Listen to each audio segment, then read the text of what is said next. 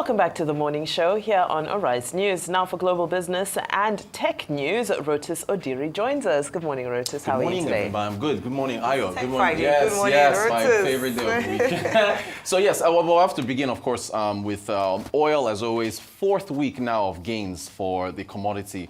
81.67 for Brent crude. West Texas Intermediate, which was above 80, had slipped a little bit to 79, but still, we're looking at oil prices for a fourth consecutive week now. And I'll just tie this into the Nigerian news. Heard you guys talking about subsidies, talking about VAT and taxes. If the Governors Forum is going to, keep VAT at where the levels are, and yeah, because you're going to essentially have to put more pressure on Nigeria selling more oil to bring, more income. And they've also even increased the tax target for the FIRS. I think it's 25 trillion now because the FIRS has met its targets in the last 2 years. So, be careful what you wish for in terms of how you want to raise revenues. To Asian markets, it was the rally we saw on Thursday, it fell apart today. Mostly because of China markets were up, but other markets were a bit, down. Trump is coming in on Monday. There's still a lot of talk. Bessent,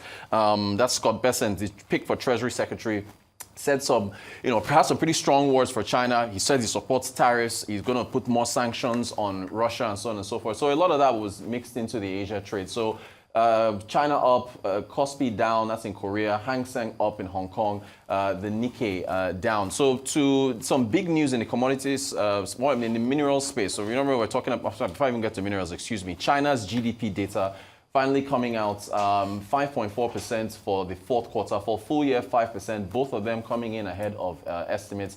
Retail sales came in ahead of estimates, 3.7%. Industrial production, 6.2% ahead of estimates as well. But you can see the property investment at the bottom right, a double-digit fall there of 10.6%. Markets are expecting a fall of 10.4%.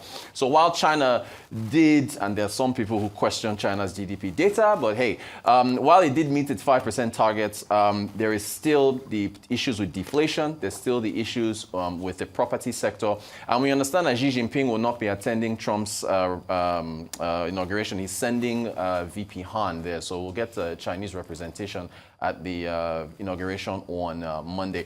Mining, we were talking about Saudi Arabia yesterday. This is still, according to Bloomberg, some whispers that Rio Tinto and Glencore, big players in the mining space, are looking at possibly merging. Some unnamed sources that Bloomberg spoke to, the stock still reacted to the news. It would be the industry's biggest merger. I think presently BHP is market cap is about $120 billion.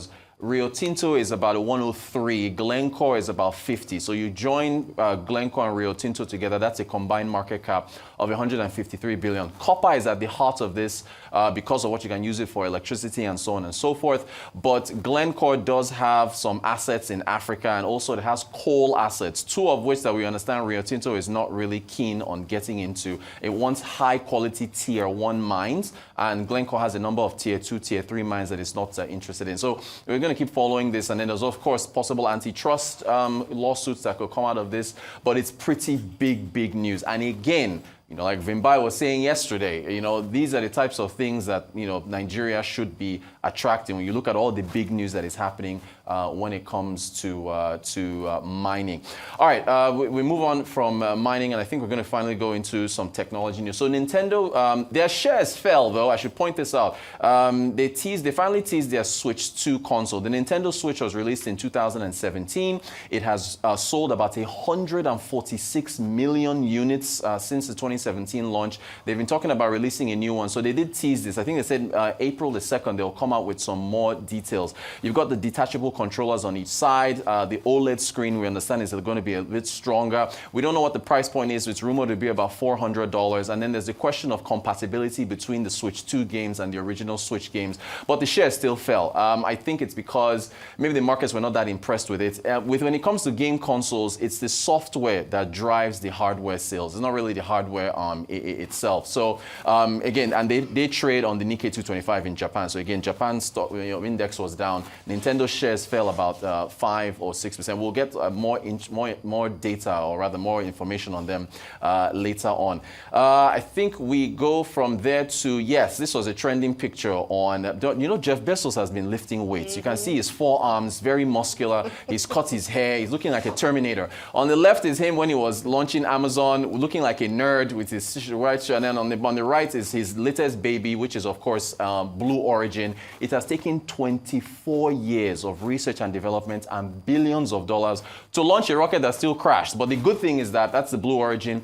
This was we teased this on Monday. They delayed it because of some issues. It finally took off yesterday. And, again, Bezos is going into the space ignore the pun, where Elon Musk is. So he wants essentially to be able to go out into outer space, work with the U.S. government, get contracts with the International Space Station, possibly explore other planets. But this was, highly celebrated yesterday that Blue Origin's Glenn rocket has finally taken off. And funny enough, it happened on literally the same day that SpaceX also launched their rocket as well. You guys need to take a look at this, and I need to explain this. So you have a booster where all the thrusters come out, and then you've got the other parts of the rocket. So what you're about to see is the booster actually coming back and landing. They've done this before, but take a look at again, this is SpaceX Starship 7 flight. Watch the booster coming back. It's really incredible technology. Burn. Seeing 13 engines. Booster now hovering as it aligns with the tower for catch. Booster coming in. Get ready for that boom, Kate. Down to 3 engines. Booster ready for triple. Megazilla has caught the booster.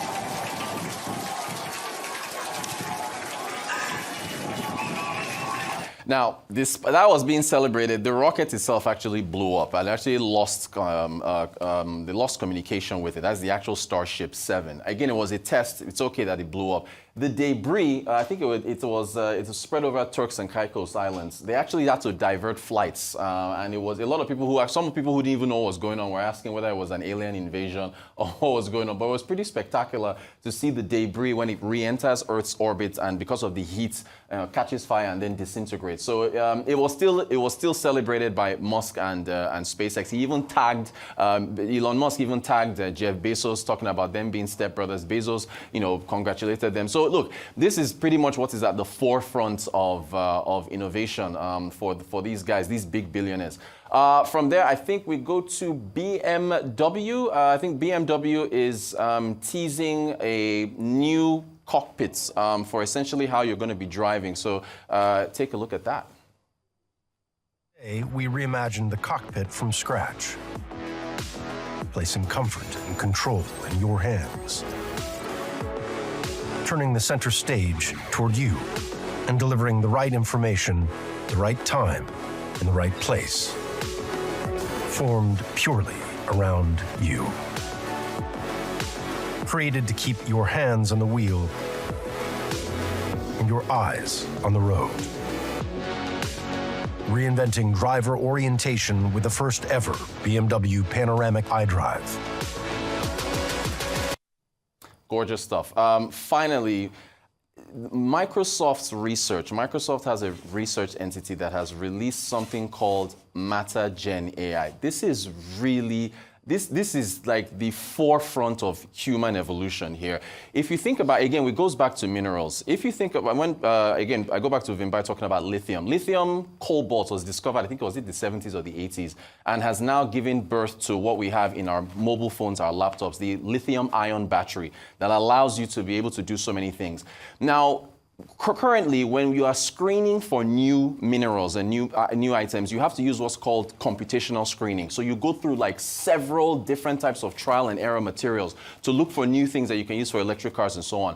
What Microsoft has introduced here with Matter Gen AI is basically generative AI that is going to be able to screen, not only screen faster, but actually also be able to actually create some of these new elements itself. It's really cutting edge stuff. They've actually put out a paper with a paper that will be peer reviewed. We're going to be seeing what the developments are coming out from there. But that's our updates, tech update for today. All right, well, thank you very much. Love what's happening in the tech world tech space around the world.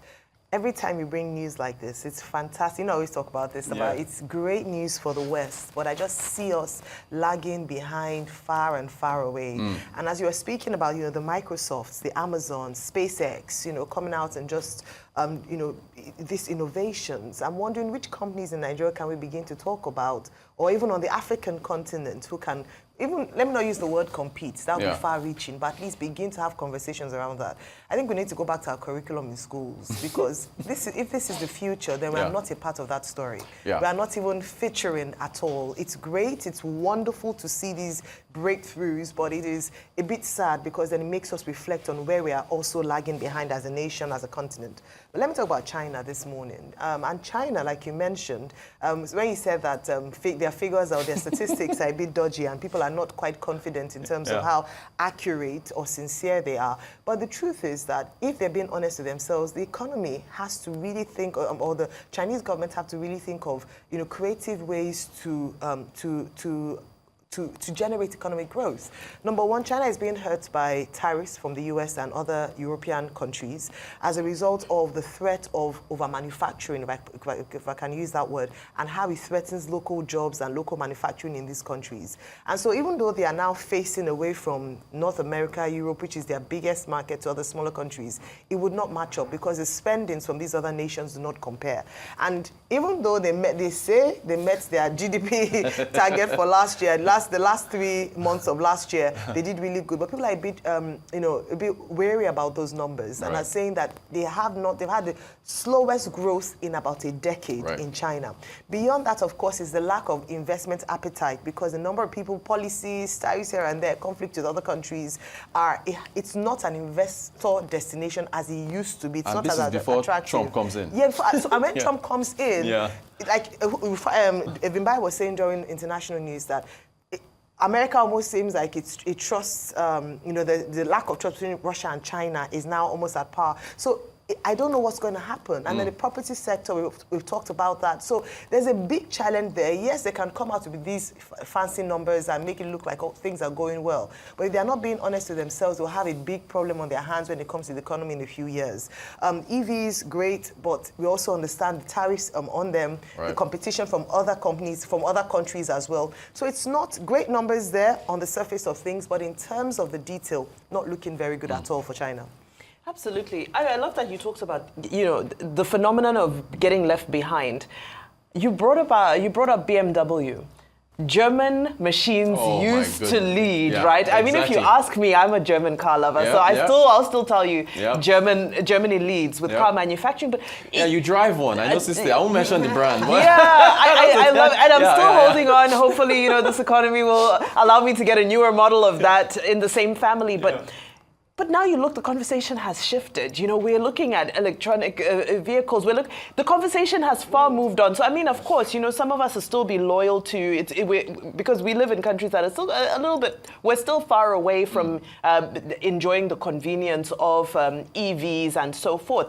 But just the fact that at any moment, it doesn't matter whether you're a leader, the world is moving so quickly that if you just take a breath, you're going to miss it and you're going to lose your number one position. Because I can't even, if you told somebody maybe 2 decades ago that Germany would no longer be number one on car manufacturing, they would have told you, sit down, you're joking, you don't know what you're talking about. And that's number one.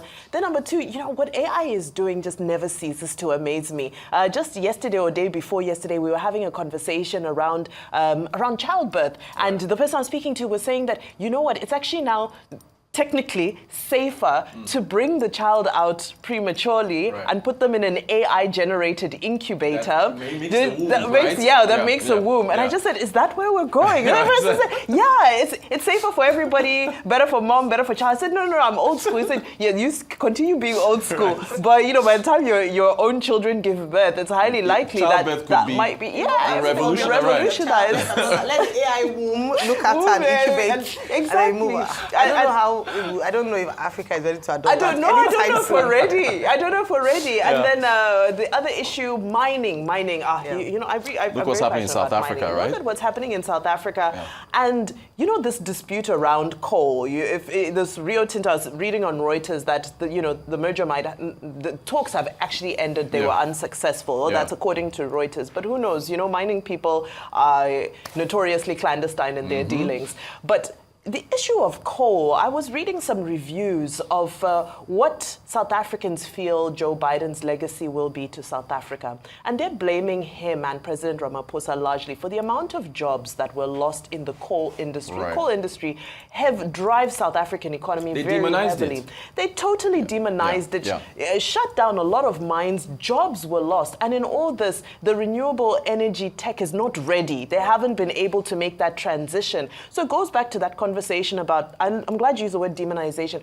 We're demonizing fossil fuels when we're not ready yet to transition. Right. So let's just hold off. But Rio Tinto Glencore merger, if it's true that the talks have been stopped, I'm very happy to hear that, because I don't think we need that type of superpower in the world of mining, especially now where it seems like there's a new rush for minerals globally. Before it would be Africa, but now if Donald Trump is now rushing for Greenland, you know that there's a new rush for minerals that's just unprecedented. So those are the stories that stuck out to me.